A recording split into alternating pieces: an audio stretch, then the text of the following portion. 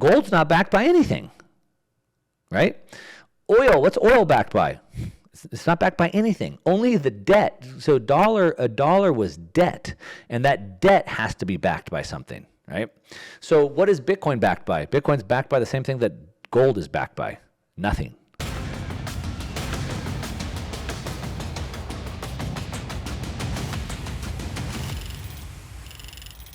Hello and welcome to today's episode of the Situation Report. This is the show where we do our very best to give you the information and perspectives you need to navigate an ever-changing culture. My name is Jeremy Stalnecker. Very glad to have you joining this conversation. When we talk about an ever-changing culture, one of the areas that impacts all of us, whether we like to acknowledge it or not, is the economy. So many things happening in our economy, so many things happening in our world right now financially. It can be very, very difficult to navigate.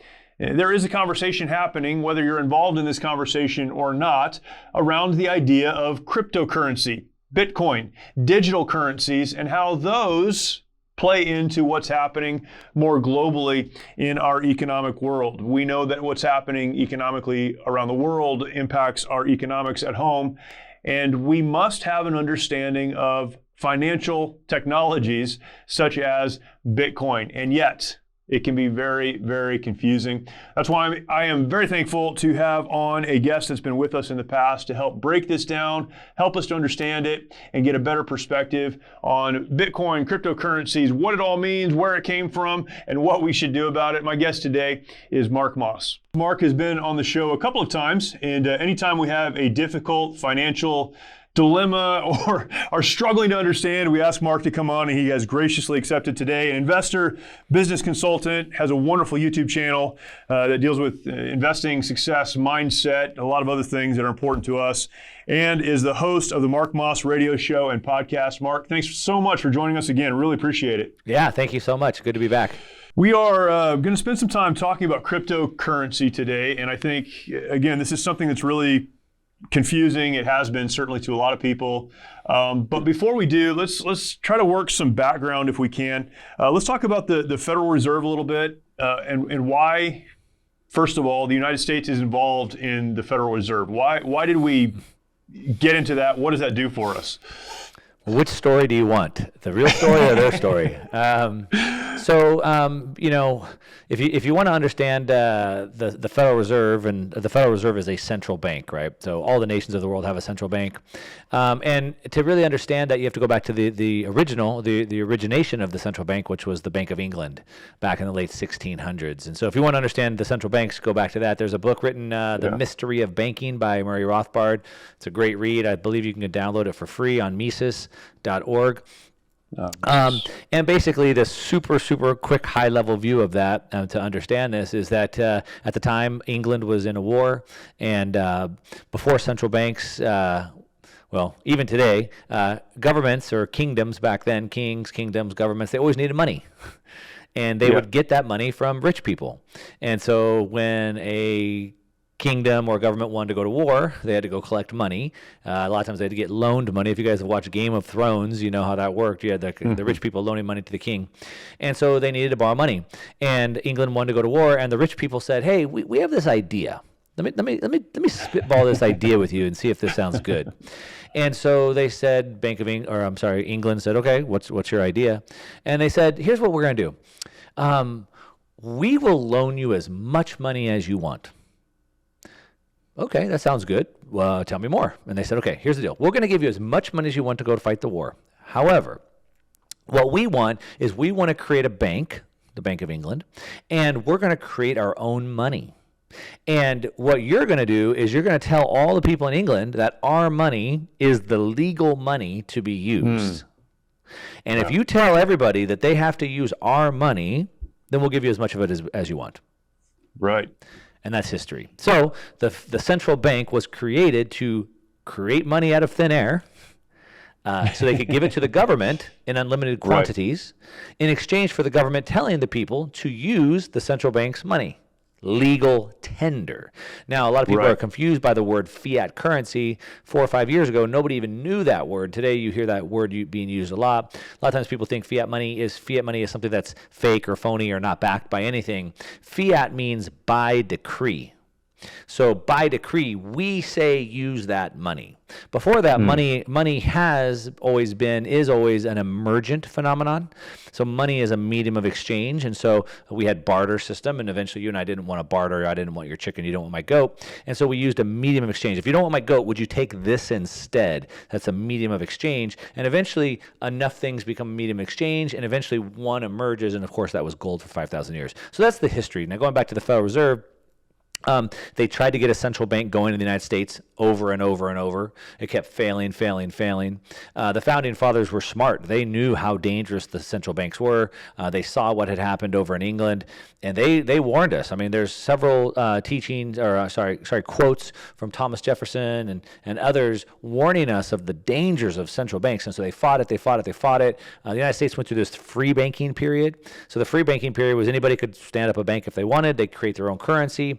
But the problem is during this free banking period in the late 1800s, banks were crashing over and over and over, and so people would lose all their money. So we had a national bank, which was like a central bank. It wasn't the Fed, but it was a central bank. Then it got kicked out. We went to the free banking period. Crash. People lost all their money. And finally, the central bank, the Federal Reserve, was instituted in 1913, and they said, hey, we need to do this, of course, for your protection. It's for you. Right. It's for your safety. Right. What we're going to do is we're going to backstop all these banks. So now, if any bank goes out of business, the people won't lose their money. We'll cover it. How do they do that? Well, we're going to print money, and you're going to tell people they have to use it by decree. And of course, the Federal Reserve was created the same year as the IRS. Now, that's an interesting phenomenon. Check that out. So, how would when gold's been money for 5,000 years, people didn't trust the banks, the central banks, because of course our founding fathers warned us about that so much. So how would they get all the people to use this new fake currency that's worth nothing? How would they get people to use it? Oh, I got a good idea. Let's create something called the IRS. What we'll do is we'll make people work all year going to gather these fake pieces of paper so they can give them back to us at the end of the year. That's a good idea. That's a plan. And so that's the origination of it. That was the reasoning they gave us to backstop the banks. Now, quick little interlude here. I don't know how much time we have, but they tell you that free banking failed because these banks were too dangerous and too wild, and we need a central bank to back them up. The reality is, in my opinion, and many other historians document this, and it's my way that I've connected the dots, but the reality is the reason why the free banking model failed was because of government regulations. We didn't need government to come save the banking system. The government was the problem. So a couple of things. So first of all, businesses benefit from economy of scale. Right? And so if I could grow my business, I could have multiple branches, I could have one person doing multiple jobs. That's a better business. But the free banking model, the government prohibited them from having more than one branch, for example. That was a problem. Second problem, the free bank, they were supposed to hold customer deposits in reserve. Now, of course, the banks do fractional reserve, meaning they have a percentage of those deposits. So they're supposed to hold those deposits as reserves. But the government mandated that the banks buy government and municipal bonds.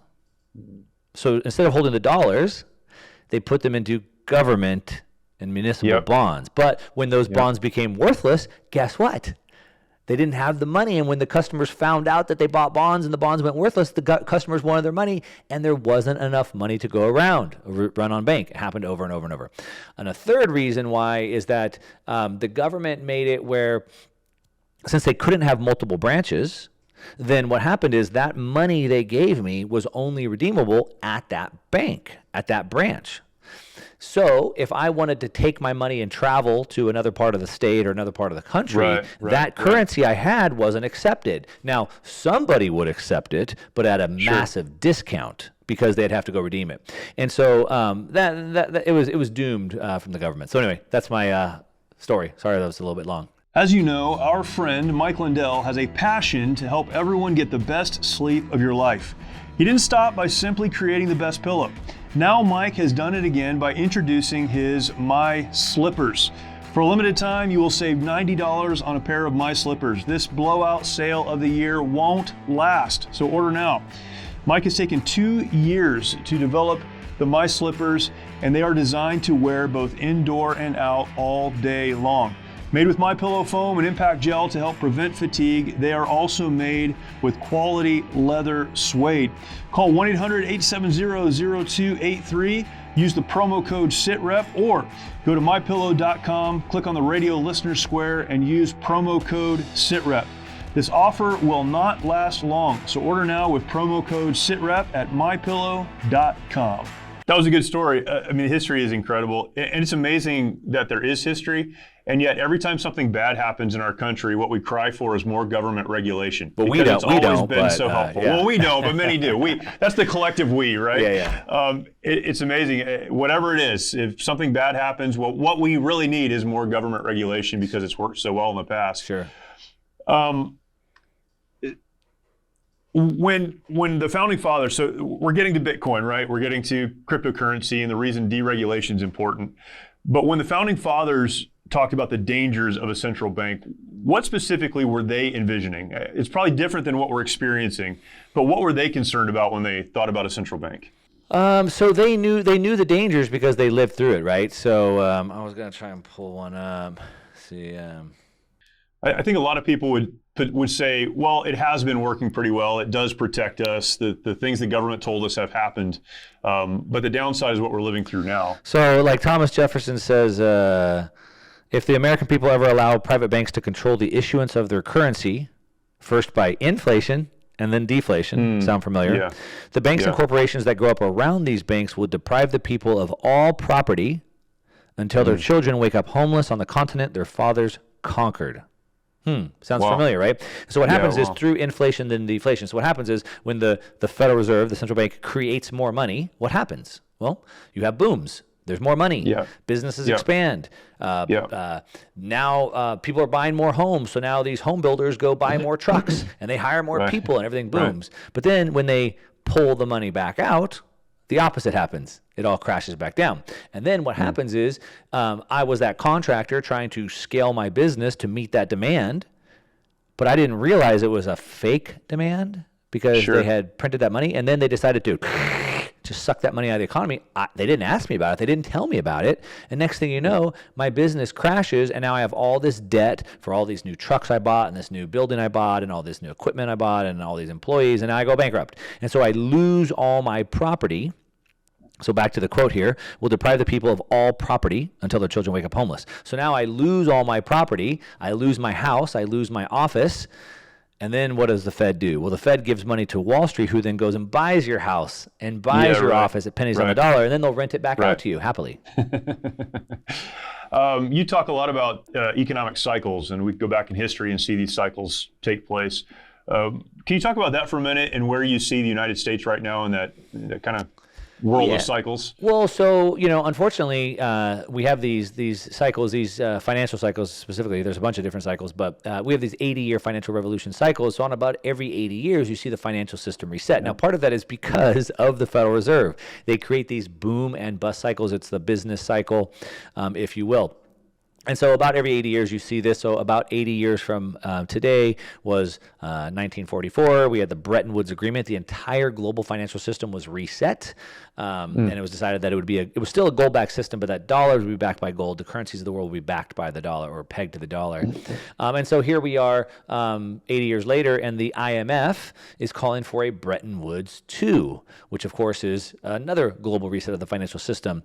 And so these business cycles, they run out, and it's through this business expansion. It's kind of like a four-part process. And so you have real money, gold.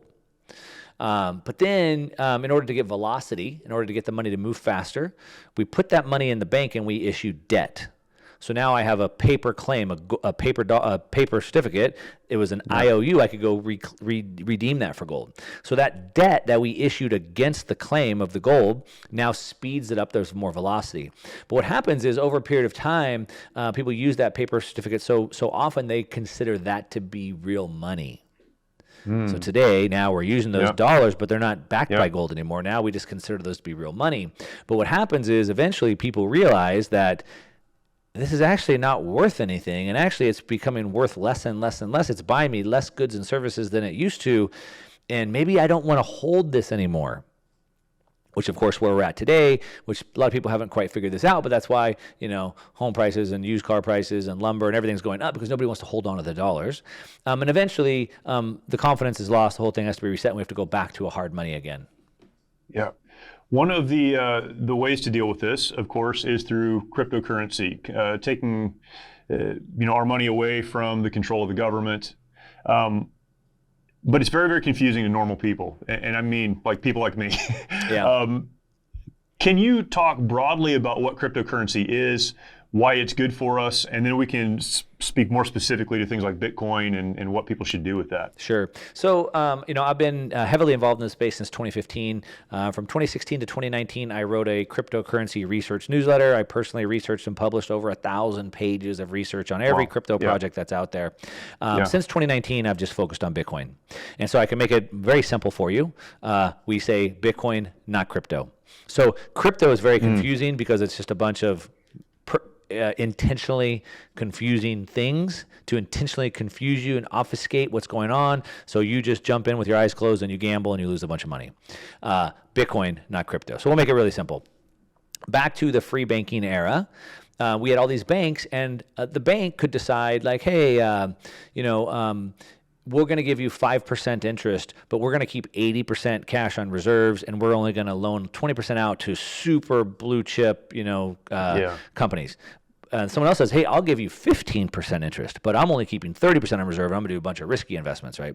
And I could choose. Now, competition always creates better products, better service, and better pricing. That's why I said money is emergent. The medium of exchange emerged over time, whatever people thought was the best medium of exchange. Now, in order for something to be a good form of money, a good medium of exchange, it must have a bunch of different attributes, 5 really that I like to think about: portable, divisible, durable, fungible, and saleable, recognizable. So a banana doesn't make good money because it goes bad. A cow doesn't make good money because it's not divisible. Gold fits all of those. It's durable, it's fungible, it's recognizable, so it has to be saleable. Enough people have to want it. But the problem with gold is it's not portable. And that's why it had to go into the bank. If I want to pay you, right now we're over Zoom or we're on Riverside or whatever, but if I want to pay you in gold, how would I do that? Like I can't do that, right? So it's not portable, and that's why I went into the banks. And then that was the failure of gold. It created centralization, and then centralization always leads to manipulation. And so what we've seen is that over the last 80 years, the Federal Reserve prints money, creates a boom, sucks the money out, creates a bust. Boom, bust, boom, bust, boom, bust. And the booms and busts only get bigger and bigger. Now, I said in 1944 they went into this Bretton Woods Agreement. In 1971. Richard Nixon took us off the gold standard. So for the last 50 years, so for 5,000 years of history, gold has been money. Right. For the last 50 years, we've been in this experiment where we don't have sound money. We just have as much paper as the government wants to print. It's not even paper anymore. Now it's push a button on a keyboard. So we're in this experiment for 50 years, but it's gone horribly wrong. So these booms and busts have gotten so extreme. They've gotten so bad, so exaggerated. We've created, depends on how you want to look at, $400 trillion. 400 trillion. 400. We throw these numbers around. We don't even know what they mean anymore. A million, a billion, a trillion. Yeah. A million seconds is like 12 days. A billion seconds is like 12 years, and a trillion seconds is like 32,000 years. Wow. So we've created like $300 trillion worth of debt in the last 50 years. And it's created massive distortions. It's why society is breaking down. We could spend a lot of time talking about all the problems that this money creation has created. But basically, when you see school shootings, like what's just happened, when you see planes not running on time, when you see supply chains breaking down, when you see brownouts and blackouts happening, when you see us running out of water and food, it's all because of the money. And we could talk all about that. But anyway, back to Bitcoin. So a new form of money was created. Now, I talked about sound money, or you hear about hard money. When we typically talk about hard money, it's money that can't be created from thin air, like gold. Now, we can go dig more gold up, but it has about a 1.5% inflation rate. So it comes out of the ground pretty slowly. And so hard money is something they can't create, like the Fed clicks a button on a keyboard and prints more. And so Bitcoin is let me back it up a little bit. Talking about cycles. So about every 80 years, there's a financial revolution cycle. I said there's many cycles. On a 50-year time frame, there's a technological revolution cycle. Now, what does that mean? Not new technologies. The iPhone is a new technology. That's cool. A technological revolution is something that changes the course of humanity and builds all financial markets. There's been 5. Late 1700s, Industrial Revolution. About every 50 years, we had steam engines and railways. We had steel and electricity. We had oil, automobiles, mass production. And then we had 1971, the age of the microprocessor, which brought us telecommunications, personal computers, internet, and brought us this. This is the computer and a phone together, right? Yeah. But notice each one of those changed the course of humanity. For all of humanity, people walked and rode horses, and now we had cars. That was a pretty big deal. So it changed the course of humanity, and it drives financial markets. So what's dominated the markets for the last 40, 50 years? Telecom, internet. What dominated before that? GM, GE. What was the markets before that? Steel, oil, right? And so we're witnessing another technological revolution. That's what Bitcoin is. Now, what happens is, as humans, we try to understand it. Mark, explain Bitcoin to me like I'm 5 years old in 2 minutes. Yeah. Well, I can't really do that. But what we try to do is we try to compare it to something we know. It's kind of like digital gold. Okay, it is that. It's sort of like a digital cash. Okay, it's like that too. When electricity was invented, I would imagine if we were around back in that time, we'd go, what was the first application of electricity? What was the first app? A light bulb. It was a light bulb. So if you and I were going, what is this electricity? Well, it's sort of like this digital candle. Well, that's stupid because candles have been light for 5,000 years. And look, the candle's portable. I can carry it around. I don't need all these stupid wires. What do I need that for? Well, it was a digital candle at that time. But of course, electricity has gone on to be so much more. When the internet first came out, what is this internet thing? Well, it's a way we can send these electronic messages and have these like digital message boards. Well, it was that, right? It was, but it's become so much more. So when we talk about Bitcoin, what is it today? Well, it's sort of like digital gold, sort of like digital cash, sort of like a new form of money. It is all those things. But it's going to be so much more in the future, and we can talk about that if you want. But I'll take a break there. So I think one of the difficult things to understand is the digital part, right? Not the gold part, not the cash part, but the digital part. Okay. With the downturn in the markets, with the downturn in the price of even Bitcoin, some pretty well-known stock market investors have used that as an excuse or a reason to say, see, we've been telling you forever not to invest in Bitcoin, not to invest in cryptocurrency. It's digital. There's nothing backing it. There's nothing hard that you can go back to. It may be transportable, but it's only divisible because it's not real. How do you respond to Warren Buffett and the other people who obviously have a stake in this game and don't want people to invest in crypto? Well, first of all, Warren Buffett's critique, I think you have to understand who Warren Buffett is. So Warren Buffett says he doesn't like Bitcoin. He doesn't like gold either. Why doesn't he like gold? He doesn't like gold because gold doesn't create anything. So Warren Buffett likes to buy capital-efficient businesses. He likes to buy Hershey. He likes to buy See's Candy. He likes to buy Coca-Cola. So Coca-Cola, capital-efficient businesses have a brand name with a massive moat. Coca-Cola only sells syrup. That's it. They don't change the formula. There's no R&D. They have the brand. The syrup goes to the distributors who then have to make the soda. And so he likes businesses like that. So he says gold never made anything. And it doesn't. It's true. Neither does Bitcoin. Bitcoin doesn't make anything here. So Warren Buffett likes businesses that make things that are capital efficient. And so you have to understand where he's coming from. But back to some of these other questions. So first of all, it's not backed by anything. Let's talk about that for just a second, because since I've given you this history. So what does that even mean? Right. So first of all, it shows that you probably don't have any understanding of what money is or how the financial system works. So anybody that comes at you with that doesn't even understand the basics, and it's hard to understand because most people don't understand what money is or how the they don't even have a basic understanding. So anybody that would ask that question doesn't understand this. So let me explain what that means. The dollar was backed by gold. What was gold backed by? The answer is nothing. Right? Nothing. So gold was money. Gold was money money went into the bank. Because gold was big, heavy, clunky, it didn't have velocity, they would issue me a paper gold certificate that you and I could transfer very quickly. Now, it was backed by the gold that was in the bank. So if I gave that paper gold certificate, you could go redeem that paper for the gold it was backed by. Does that make sense? Gold's not backed by anything. Yeah. Right? Oil, what's oil backed by? It's not backed by anything. Only the debt. So a dollar was debt, and that debt has to be backed by something, right? So what is Bitcoin backed by? Bitcoin's backed by the same thing that gold is backed by. Nothing. It's money. So now people say, well, it has no intrinsic value. This is the Peter Schiff argument, right? Well, it has no intrinsic value. At least gold has intrinsic value. My answer to that is, the Austrian School of Economics would say that there is no such thing as intrinsic value, period. All value is relative. So let me give you an example of that. If you and I were on a deserted island, stranded, with no boat, no food, no phone, no nothing, and I had $1 billion of cash, $1 billion of gold, and $1 billion of Bitcoin, none of that is worth anything. But that gold's intrinsic. Intrinsic for what? It's worth nothing. Now, last night I went out to dinner. At the end of dinner, we had some leftovers, and those got thrown away. That food was worth nothing to me, zero. But if I was on that deserted island with $1 billion of cash and gold, I would give all of that for those leftovers. Sure. So all value is always relative. It's not intrinsic. And so gold has value because we say it has value. That's why. And Bitcoin has value because we say it has value. The fiat currency has value, fiat by decree, because the government tells you it does.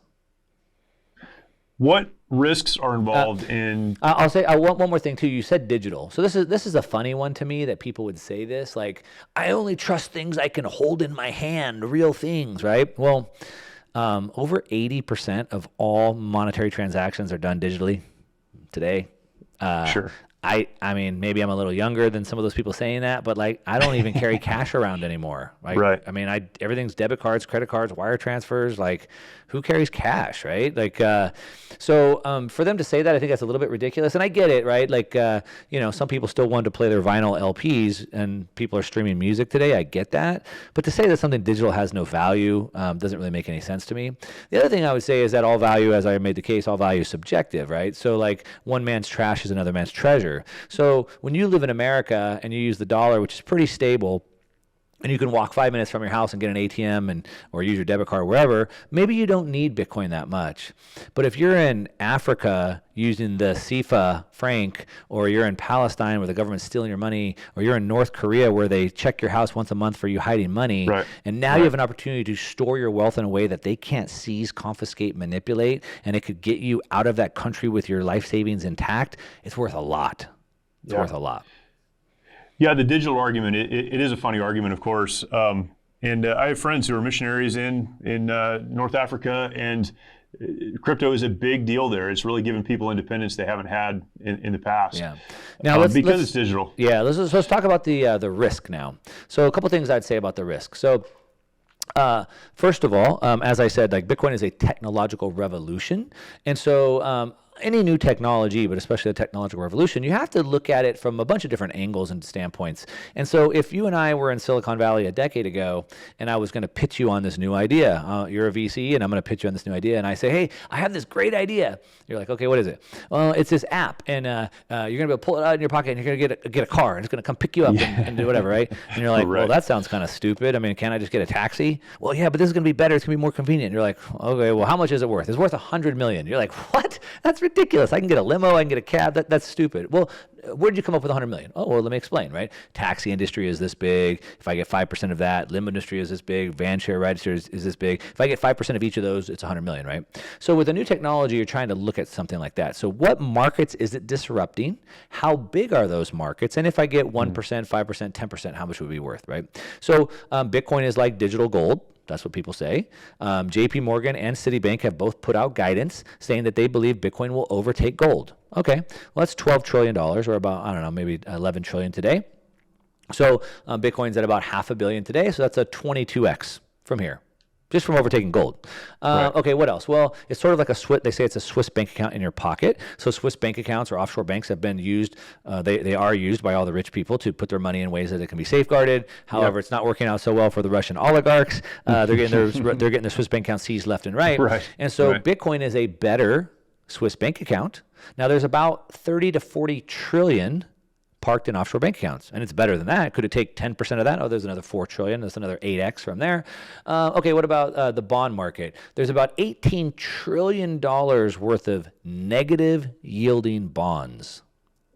Wow, paying less than zero. Could it take up 5 or 10% of that? Okay, there's another 4 trillion there. What about all the money that people put into stocks or put into real estate because there was nowhere else to put it, but they could just put it into Bitcoin? So like all of a sudden, if we did the math, we're at like 300 trillion. So Bitcoin has a 300 times upside. And could it go to zero? Okay, so it has a 1x downside with a 300x upside. That's pretty good odds. I'll take those all day.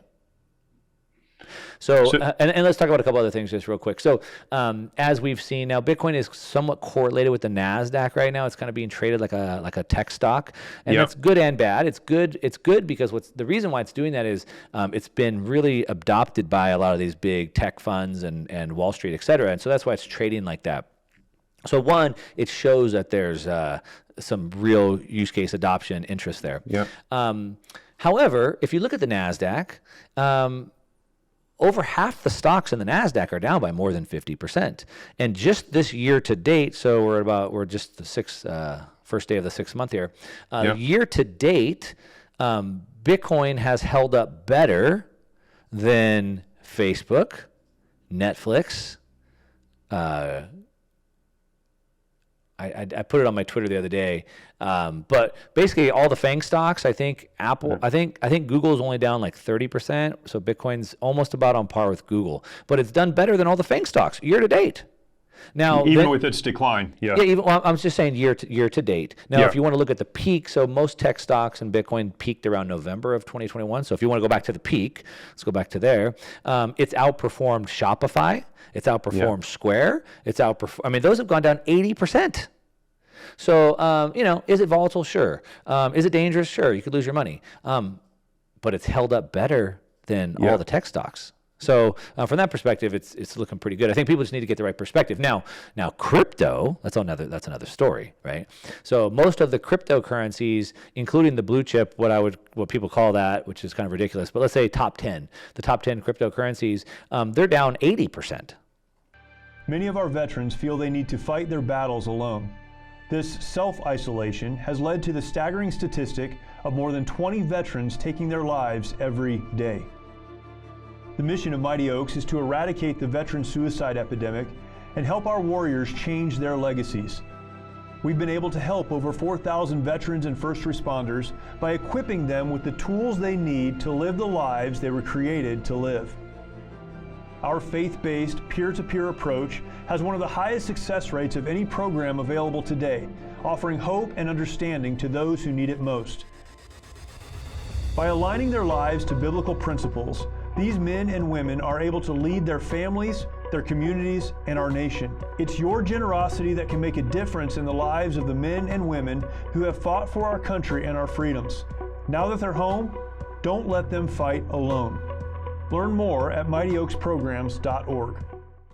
Because of the down of 80% of the cryptos, some of the drawback on Bitcoin, a lot of people are saying, we're just going to wait this out. It's going away. It's a fad. Something new will come along. Can Bitcoin, and we won't say crypto, but can Bitcoin be stopped now, or is it you need to adopt it because it's here to stay? Yeah, so what I would say is that the reason why we say Bitcoin, not crypto, and I go back to this 50-year innovation cycle, this technological revolution cycle. Yeah. So the revolution is decentralization. That's the revolution.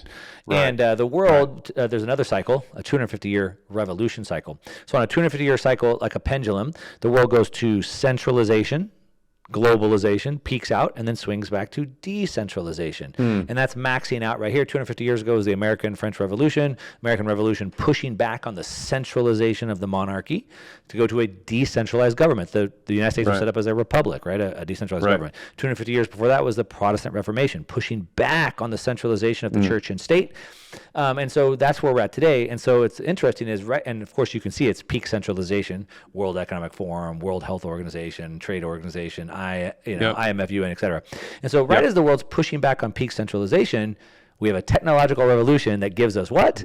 Oh, decentralized technology. So that's the revolution. Now let's talk about that for a second. So what does that even mean? Well, Facebook, Experian, whatever, those are centralized databases. So Experian runs a database, and their servers hold their database. That's one database, centralized. Decentralization is the opposite. Instead of one database, there's thousands of databases, right? And because there's thousands of databases, nobody controls the one database. Instead, all these databases are equal, and they have to achieve consensus. More than half of the network has to agree. Now, why Bitcoin, not crypto? So Bitcoin, in 2017, there was something called the block size wars. Any of your listeners that are interested, there's a book written called The Block Size Wars. Interesting book and story. And it gives you an understanding of what the difference of Bitcoin and crypto is. And so what happened is they said in 2017, Bitcoin's too slow. We need to increase the block sizes. We need to change the network to be bigger databases so we can get more throughput, so it can be faster. We said, no, because there's something called this trilemma. So a dilemma is getting more of one gives you less of another. A trilemma is getting more of one, you get less of the other, kind of the same thing. And Vitalik Buterin from Ethereum actually drew out this trilemma. And so you have at the top, you have decentralization, you have speed, and you have security. So to get more of one, you have to give it more of another. So they wanted to get more speed and sacrifice decentralization. Right. And we said, no. Decentralization is the revolution. That's the revolution. And so because of that, the block sizes stayed small. And so the Bitcoin database is very small. You can run anyone with like a 5-year-old laptop can download a complete node, a complete Bitcoin database. It's about 300 gigabytes, and you can run a node. If you're in a third world country, you can run a Bitcoin node. Everybody can do it. Everybody should do it, and that's what keeps it decentralized. But you can't run a node for Ethereum or Cardano or XYZ, fill in the blank. And so, I mean, you can do it if you have a commercial grade server in a commercial grade co-location facility, which of course you don't, neither do I, and so there's only a handful of those. And what does that lead to? Oh yeah, centralization. Yeah. Centralization. Crazy.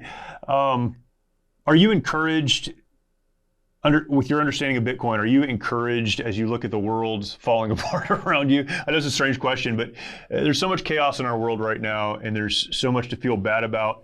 Does this give you a sense of peace in the midst of this, or is it we still need to navigate through it somehow? Well, yes and no. So it gives me hope because we finally have a tool that can fix things. And so as I kind of started saying earlier, like everything from school shootings to planes not running on time to everything comes down to the distortion of the money. And so in order to fix it, we have to fix the money. Fix the money, fix the world, right? Now, we can get into a spiritual debate, and there's all that as well. But, from what we're talking about from the economic side, fix the money, fix the world, right? Fix the incentive problem. So we have something that we can fix things with. So that gives me hope because we have something now, right? I believe that it wins.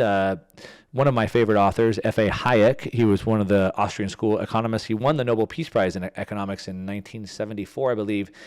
In 1980, he said, there shall never be another sound money again.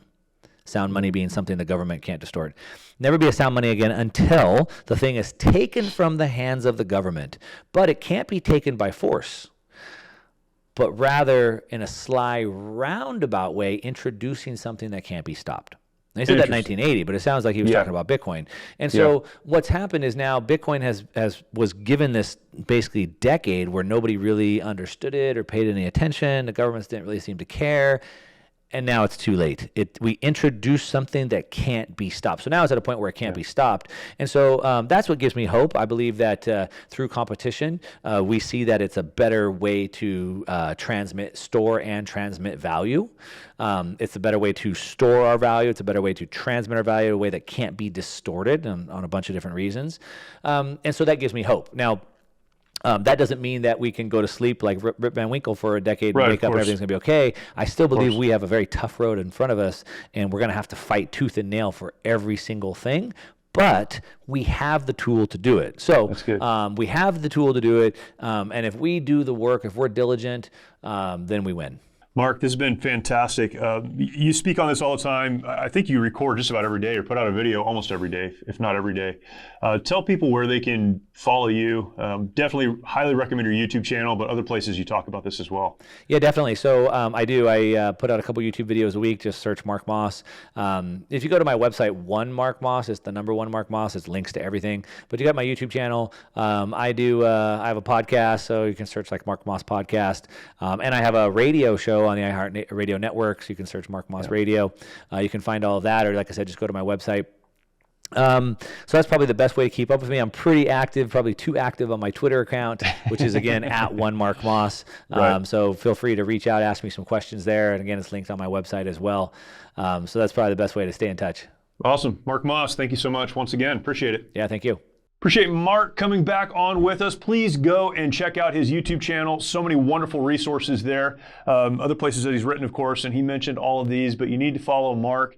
He does talk a lot about digital currencies, but he talks about the economy more globally as well. Various ways to look at the economy, how we can understand the economy, and we need to have a grasp on that. It impacts everything we do. So please check out Mark's channel and Mark's other resources, and appreciate you joining this show and this conversation. If you're not yet subscribed to the Situation Report, you need to be. You're listening somewhere, go ahead right now, subscribe to the show. That would be fantastic. And then take some time, go over to YouTube, search for the Situation Report. You'll find our channel there. Do two things. One, subscribe. That's important. Two, hit the notification bell. That lets you know when these episodes come online. We put out content at least 3 times a week. It's a lot of content. We do our best to have content that will be a benefit to you. So please follow along. The best way to do that is to be subscribed to the channel, and that would be fantastic. Again, thank you for joining us. We will talk to you next time.